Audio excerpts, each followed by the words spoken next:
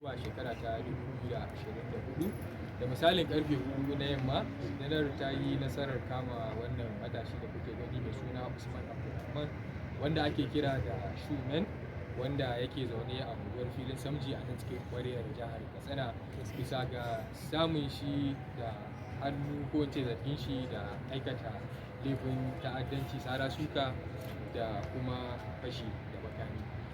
Wannan matashi da kuke gani a wannan rana ya yi yunkurin kwacewa wani yaro ko wani matashi mai suna Muhammadu Abdullahi a wayarsa ta hannunsa, inda ya yi amfani da adda wannan adda ya kai mashi sara a hannu, inda wannan yaro ya yi ƙoƙarin wato kare kanshi ta hanyar daga hannun shi, inda ya sare mishi hannu. Nan inda kuke gani inda abin ya faru ne, nan ga hoton yaron a asibiti bayan an datse hannun sakamakon abin da ya mishi. Don kun ga hannun shi sakamakon wato abin da ya aikata wa wannan yaron. A yayin gudanar da bincike, wanda ake zargi bai musanta wannan zargi da ake ba, kuma ya yi bayani da bakin shi, inda ya ce tabbas a lokuta daban-daban sun samu sabani da wasu, inda ya yi yunkurin sarar su har ila yau da wannan adda kimanin mutane 5. Amma bari mu ji daga bakin shi. Dan matsu daga nan. Ya sunanka? Dan daga muryarka? Usman Abdulrahman. Shekarunka nawa? Da wani suna aka fi saninka? Shumen. Shekarunka nawa da haihuwa? 19. Ina kake da zama? Kofar kwaya. Kofar bai. To, ina jin ka. Ga ka a hannun rundunar 'yan sanda. Ko za ka yi ma masu kallon mu da sauraron mu jawabi me ya kawo ka? Akan kame? Ka tuɓe ma wani yaro hannu. To, me ya faru har ya kai ga tuɓe ma wannan yaro hannu? Na gan su ne sun ɗauki takalmi a masallaci. Sun ɗauki takalmi a masallaci su biyu.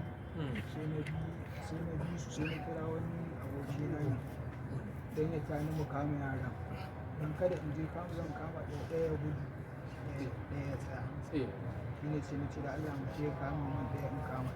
Muna zuwa sai muka kama su duka biyu. Sai na anshe su, ina anshe su sai na kama ɗan kwamiti su. Ina kama ɗan kwamiti su sai na juya sai na tafiya. Ina tafiya ta sai na ga an ce an sake su. Na ji an ce an sake su, kuma sai na tarba yaran ta hanyar gidan tuba. Ina tadda a daidai gidan tuba sai na gan shi, ina ganin shi sai na zara adda. Sai ɗayan ya Ka zare? adda. Ina addan? Ita ce wannan? Ita ce. To, ina jin ka. Sai ɗayan ya ina kai sara su yaron sai ya ɗauko hannu. Sai hannun shi, sai ga hannun shi. To, da ka same shi a hannun me, ka ji labarin abin da ya faru da hannun shi? Ina ji. Me ya faru da hannun nashi? Na ji an ce hannun shi Ya hita. To, a bayaninka ka ce ka same su da takalmi, inda ka ɗauke su ka miƙa su ga 'yan kwamiti, sai 'yan kwamiti suka sake su. Da 'yan kwamiti suka sake su suka tafi, sai ka biyo suka tare su a gurin filin ina ka ce ma? Filin. To, kenan hukuncin da su 'yan kwamiti suka yanke bai maka daɗi ba, kuma sai kai ga ya fi dacewa ka ɗauki doka a hannunka? To, ya ka ji bayan wannan doka da ka ɗauka a hannunka kuma wannan abu da ya faru? A yayin gudanar da bincike ka yi bayani cewa wannan ba shi ne mutum na farko da kai yunkurin sara ko ka sara da adawa. Kimanin mutane nawa? Kai ma ɗan kwamiti ne? Kimanin mutane nawa ka sara? Sun kai 5. Me ya sana'a ka? Ba kai da sana'a? To, mun gode.